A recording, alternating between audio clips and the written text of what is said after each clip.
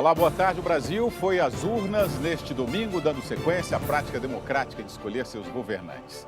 E esse dia tão importante para o futuro do país tem mais uma etapa a partir de agora com a apuração dos votos. Estaremos juntos nessa jornada, vamos saber quem vai governar o Brasil e os 13 estados e o Distrito Federal onde houve o segundo turno. Está começando o De Olho no Voto. Vão passar por aqui os comentaristas do Jornal da Cultura, cientistas políticos, economistas, juristas e representantes de partidos. E meus primeiros convidados são o jurista Luiz Flávio Gomes e o cientista político Cláudio Couto. Eu falei boa tarde, mas na verdade boa noite, né? Ainda estou no horário passado, né? Acabamos de entrar no boa noite. Boa noite, senhores. Boa noite. Nós convidamos um representante do PMDB, mas ele desmarcou no início da tarde, então nós ficaremos só nós três aqui nessa bancada do Jornal do De Olho no Voto, uma bancada bem parecida com o Jornal da Cultura, né? Cláudio Couto, boa tarde. Boa tarde, mesmo. É 17 horas, Cláudio. Nós estamos todos confusos aqui no horário. A gente não sabe se é horário de verão, se é horário de inverno. Mas 17 horas. É uma pergunta inicial que a gente sempre faz, fizemos no primeiro turno e agora estamos diante aí do segundo turno. Não temos a apuração ainda dos votos, mas eu quero saber da expectativa dos senhores aqui. Quem vocês acham que leva essa eleição nesse segundo turno para a presidência da República? Quem será o próximo presidente do Brasil? Olha, a essa hora eu só posso dizer que será alguém nascido em Minas Gerais. É o único prognóstico que eu me arrisco a fazer. Isso por quê? Porque as últimas pesquisas mostraram um cenário muito apertado, de disputa muito renhida. Claro, a presidente Dilma Rousseff apareceu nas últimas pesquisas, tanto do Datafolha como do Ibope, um pouquinho à frente, segundo o Datafolha, até no limite da margem de erro, mas vai depender muito de uma série de outros fatores, como, por exemplo, grau de abstenção em diferentes regiões. Se há um grau maior de abstenção em certas regiões, onde ela é mais votada e no seu eleitorado, essa vantagem que ela vinha apresentando pode se desfazer. Mas não há ainda números sobre isso, a gente não tem como saber exatamente o que acontece em relação a isso. Agora, era um cenário que vinha apresentando uma certa estabilidade. Apresentou uma pequena subida no Sudeste, para Aécio Neves nos últimos dias. A questão é saber se essa subida no Sudeste é forte o suficiente para compensar o voto em Dilma em outras regiões. Ou seja, é um cenário ainda muito aberto. Só dá para saber que, como se podia prever isso com facilidade alguns meses atrás já, diria lá para o começo do ano, e realmente essa é a eleição mais disputada dos últimos 20 anos no Brasil, até mais do que isso. Desde 1989 nós não temos uma eleição tão disputada quanto essa. E isso mostra que o cenário é realmente não só de incerteza, mas um cenário muito propício a reconfigurações da área política pelos próximos 4 anos. Você falou de abstenção, há uma tendência de que a abstenção cresça no segundo turno, não é isso? Porque não há envolvimento naqueles estados que teve, a disputa já se encerrou para governador e também tinha a participação dos deputados e senadores, né?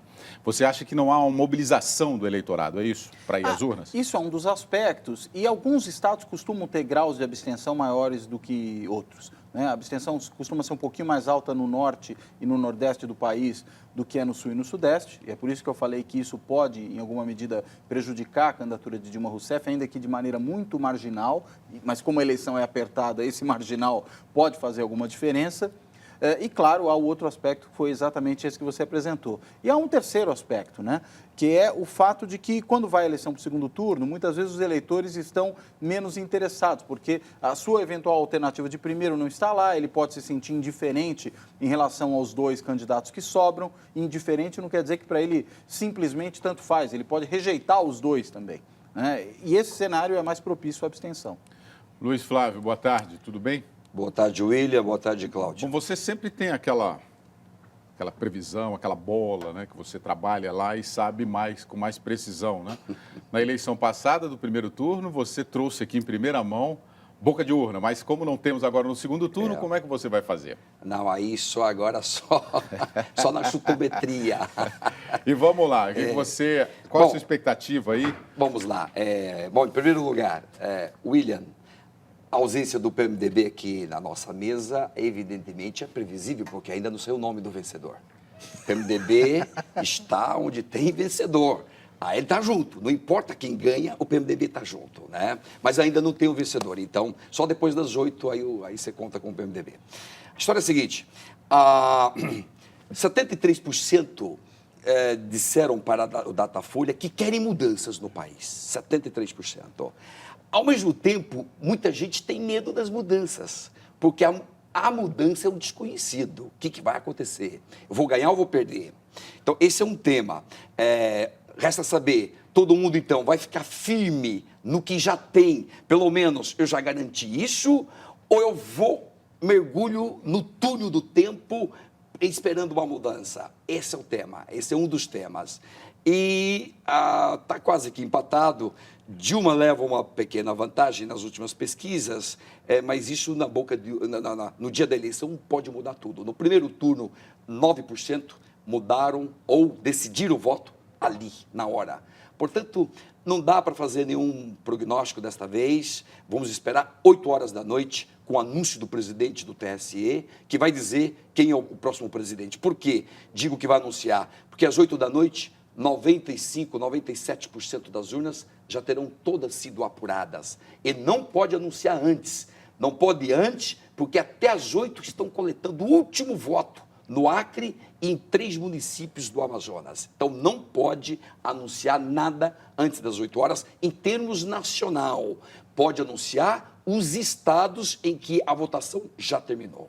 Vamos confirmar essa informação, então, lá em Brasília. Vamos direto a Brasília com o repórter Leandro Magalhães. Boa tarde, Leandro. Leandro, quando o Tribunal Superior Eleitoral começa a divulgar o resultado da apuração, hein? Valeu. Boa noite, William. Boa noite a todos. William, o TSE acabou de divulgar um boletim que apresenta até o momento 2.823 urnas substituídas em todo o país. Os estados que apresentaram mais urnas quebradas foram Rio de Janeiro, São Paulo e Rio Grande do Sul. Em relação às ocorrências, houve 281 prisões em todo o país. Os estados que tiveram mais prisão, Rio de Janeiro, Rio Grande do Norte e Minas Gerais. William, o presidente do Tribunal Superior Eleitoral, ministro Dias Toffoli, concedeu agora há pouco uma entrevista, uma coletiva, e voltou a falar que as parciais para presidente só serão divulgadas, a partir das 8 horas da noite, isso em função do horário de verão e do fuso horário que nós temos no país. Só para ter uma ideia, a partir desse horário, das 8 horas da noite, nós teremos já um percentual alto em relação aos números para presidente. Porque às 5 horas da tarde, o sul do país, o sudeste e parte do centro-oeste, Goiás e Distrito Federal, encerraram o processo de votação. Às 18 horas, o processo de votação será encerrado na região nordeste, nos estados de Tocantins, Pará, Amapá, Mato Grosso do Sul. Às 19 horas, o processo de votação será encerrado em Roraima, Rondônia e parte do Amazonas. E às 8 horas, justamente, envolve aí o Acre e 13 municípios do estado do Amazonas. Por isso que vai haver esse atraso aí, mas com certeza teremos um percentual um pouco alto. Bem, em relação à presidente, a candidata do PT, Dilma Rousseff, ela já está aqui em Brasília, vai acompanhar o processo de apuração no Palácio da Alvorada e logo cedo ela voltou em Porto Alegre. Vamos acompanhar. A candidata do PT à reeleição, Dilma Rousseff, votou em Porto Alegre.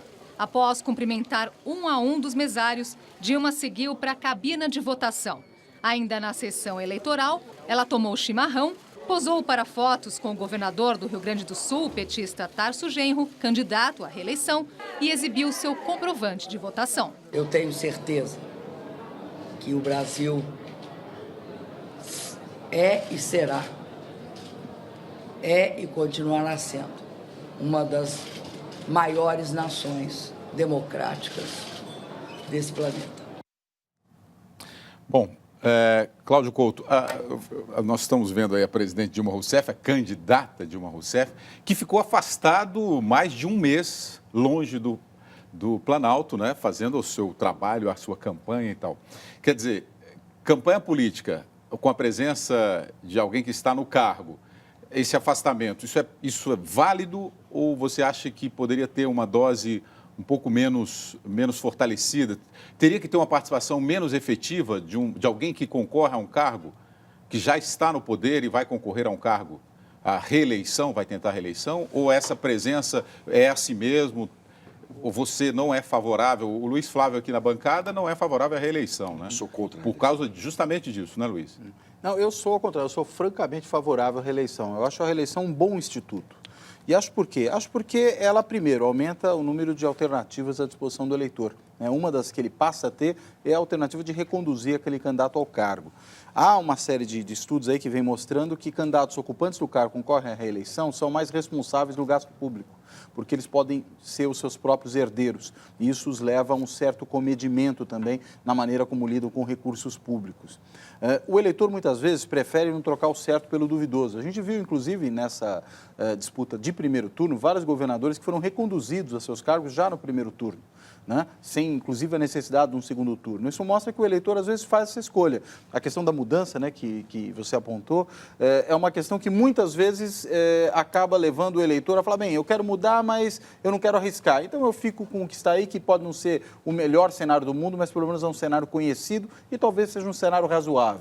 É mais uma opção que o eleitor tem ali. E uma outra coisa, eu entendo que se construiu um mito no Brasil, uma dessas lendas urbanas que se constrói, que é a ideia de que quando há reeleição, há maior uso da máquina. Né? Não há nenhuma evidência disso. O uso da máquina ele é tão grande quando há reeleição ou quando se tenta eleger o sucessor. Né? Ele não é maior num caso ou no outro. Até diria que com a eleição do sucessor, muitas vezes há uma tendência maior ao uso da máquina, porque é mais difícil você convencer o eleitor a não votar em você mesmo, mas a votar em outra pessoa. E daí a necessidade de apelar ao uso da máquina se torna ainda maior. Por todas essas razões, eu acho que é um instituto que, usado com regras adequadas, e uma delas é, a meu ver, apenas uma recondução e não reconduções ilimitadas, porque aí você começa a produzir um acúmulo excessivo de poder nas mãos de uma pessoa, é um bom instituto. Agora, essa questão de estar no cargo e estar em campanha é realmente uma situação inevitável, né? Poderia-se, eventualmente, criar algum tipo de restrição temporal mais reduzida, né? Algo como, a 15 dias do pleito, o candidato à reeleição se afasta. Como no cargo legislativo, ele se afasta um bom tempo informalmente, antes, né? Mas ele deixa, legislativo. Né? Ele deixa o cargo. Será que não seria o caso também do Executivo? Eu não creio que na desincompatibilização. A gente tem uma desincompatibilização que é quando o candidato sai do cargo que ocupa no Executivo para disputar um outro cargo, né? No caso da reeleição, não há isso. Talvez simplesmente um certo afastamento momentâneo, né, de 2 semanas, antes do primeiro, antes do segundo turno, já seria suficiente para, ao menos, separar um pouco mais claramente esses papéis. Né? Mas, mais do que isso, eu acho que é até uma hipocrisia, porque, na verdade, o que a gente tem é um candidato no cargo concorrendo à sua própria reeleição. Né? E se, por um lado, né, isso lhe dá uma visibilidade maior, por outro também lhe amarra um pouco as mãos. Né? Um candidato no cargo, ele não tem a mesma liberdade que alguém que não tem cargo algum, não tem nenhuma responsabilidade com o poder público com respeito a essa própria disputa. Eu acho que, na verdade, é uma solução razoável. Outros países que têm a reeleição, e há muito tempo, como os Estados Unidos, têm, na verdade, uma fórmula muito parecida com a nossa. Luiz Flávio, você é contrário à reeleição, né? Sou. Não contra o Instituto da Reeleição. Eu acho o Instituto da Reeleição uma regra normal em democracias já consolidadas. Isso não tem como os Estados Unidos, que o Cláudio cita. Porém, no Brasil, a reeleição é extremamente perniciosa. Por quê? Porque nós vivemos dentro de uma máquina pública extremamente corrupta. É difícil você encontrar hoje um político no Brasil que não tenha visitado o Código Penal, o Código Eleitoral e etc. E como a corrupção é muito intensa, nós não podemos...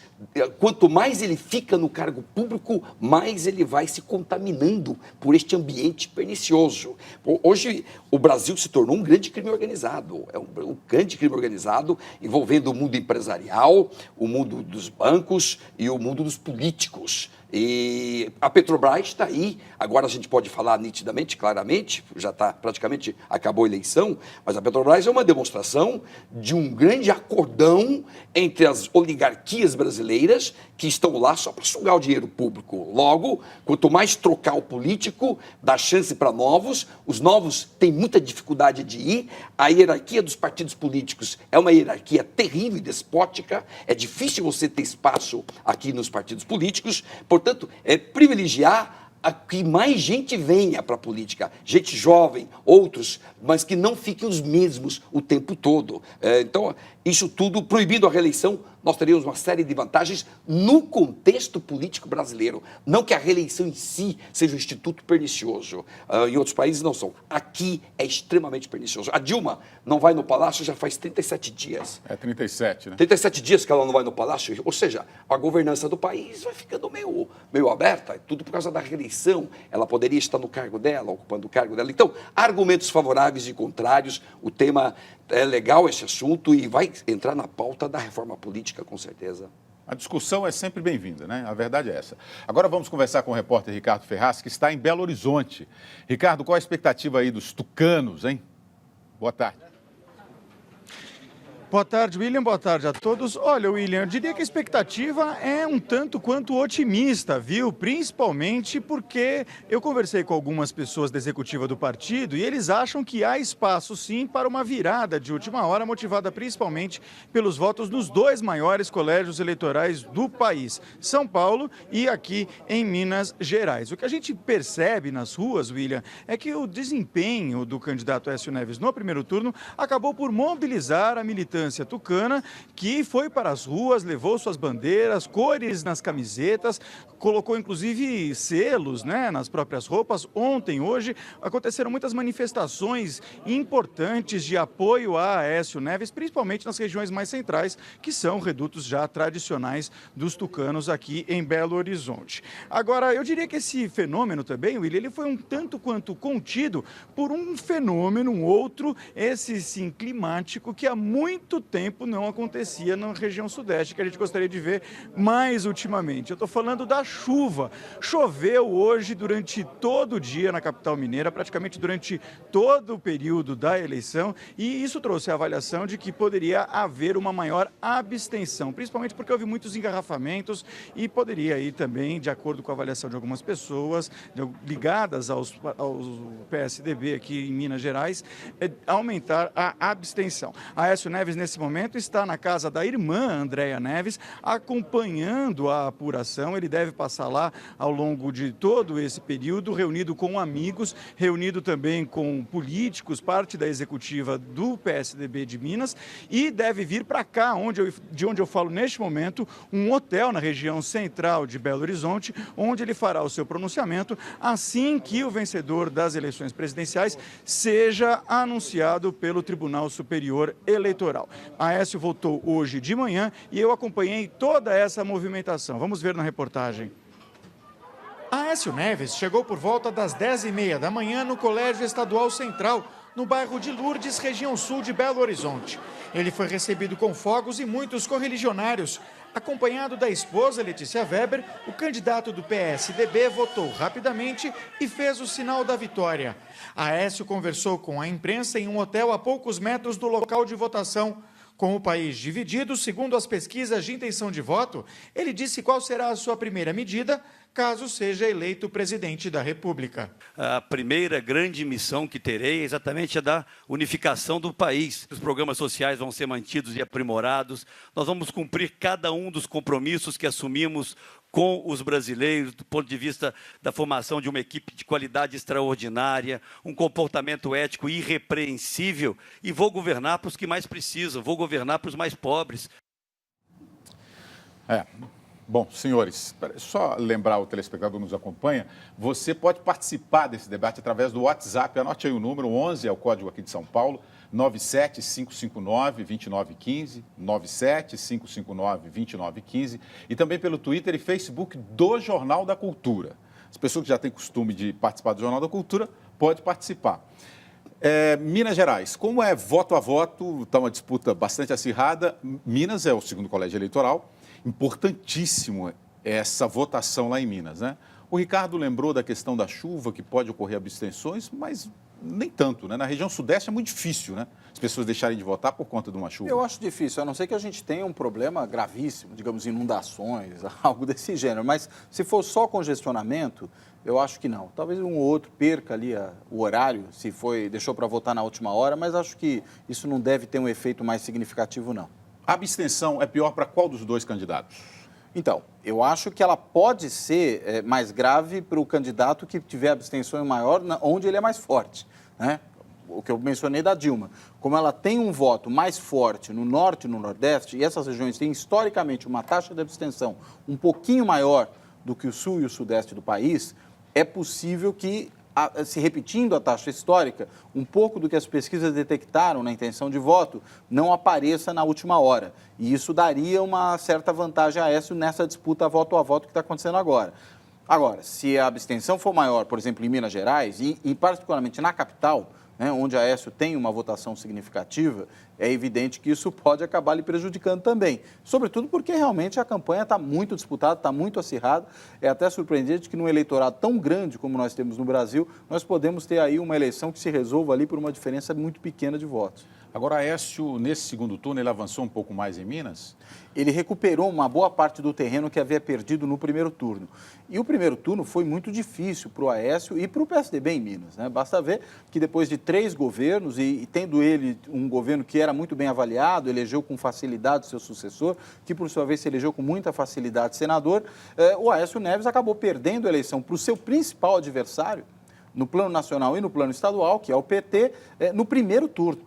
O candidato Pimentel foi muito bem votado no primeiro turno, se tornou governador, também tinha uma prefeitura muito bem avaliada em Belo Horizonte, né? Isso contou, evidentemente, para essa sua disputa no plano estadual. Agora, era uma fragilização clara do PSDB ali. E mesmo Aécio, no primeiro turno, tudo bem, o voto era mais dividido, havia ainda a candidatura de Marina, ele ficou atrás de Dilma Rousseff. Num estado onde se imaginaria que ele teria uma ampla vantagem, mas mesmo assim não teve, né? Perdeu, por exemplo, na região metropolitana por conta do voto em Pimentel, perde no norte de Minas, né? Na região do Vale do Jequitinhonha, que é o Nordeste mineiro, né? E onde Dilma costuma ter mais voto, né? Acabou ganhando ali naquela parte de Minas que é muito mais paulista, né? Uma parte do sul de Minas, região do Triângulo, muito mais próxima ali, seja de São Paulo, seja daquilo que a gente convencionou chamar recentemente do cinturão do agronegócio. Ali foi melhor. Agora, dependendo, portanto, de onde essa abstenção fosse maior, ele teria maiores dificuldades agora também. Agora, o Aécio também teve, para a prefeitura, Fernando Pimentel, o Fernando Pimentel contou com o apoio do Aécio, né? Será que não houve uma confusão, né? Justamente, será que não houve uma confusão do eleitor naquele momento? Olha, naquele momento é possível, né? Agora, na verdade, o Fernando Pimentel se elege sem o apoio de Aécio, mas quando o Márcio Lacerda vai ser candidato à Prefeitura de Belo Horizonte, ele que era do PSB, muito próximo do PT na capital mineira. Basta lembrar que o próprio Fernando Pimentel havia sido vice de um prefeito do PSB, né, que quando morre, deixa espaço para ele, ele se torna prefeito e se reelege e vai muito bem avaliado. Historicamente, o PSB é coligado com o PT, né? No país, né? Eleição de 89, o vice do Lula era o Zé Paulo Bisol, que era também do PSB. Agora, Márcio Lacerda tinha essa condição ambígua de, ao mesmo tempo ser do partido próximo ao PT, havia sido secretário de Aécio no Estado, porque o PSB, no nível estadual, era aliado do PSDB. E, realmente, ali se embaralhou tudo, deu até conflito, né? O PT não queria o PT nacional, que o PT estadual em Minas, e mais ainda, o PT municipal em Belo Horizonte, estivesse junto com o PSDB nessa disputa da prefeitura. A apuração nos estados onde houve segundo turno já começou. A Andressa Boni traz os primeiros resultados de 3 estados, não é isso, Andressa? William, boa tarde a todos. Vamos começar esse início das apurações, começando por Goiás. Goiás tem 0,78% de urnas apuradas. O candidato Marconi Perillo, que é o atual governador, candidato à reeleição pelo PSDB, tem 63,57% dos votos. Iris Rezende, candidato do PMDB, tem 36,43% dos votos. Vamos agora ver como está a situação no Distrito Federal. Distrito Federal, 42,45% das urnas apuradas. O candidato Hollenberg, do PSB, tem 54,32% dos votos. E o candidato Jofran Frejá, do PR, 45,68%. Vamos agora para o Sudeste ver como está a situação no Rio Grande do Sul.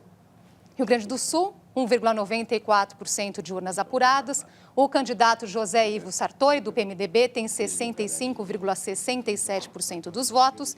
E o candidato Tarso Genro, que é o atual governador do Rio Grande do Sul, do PT, tem 34,31% dos votos. Por enquanto, é isso, William.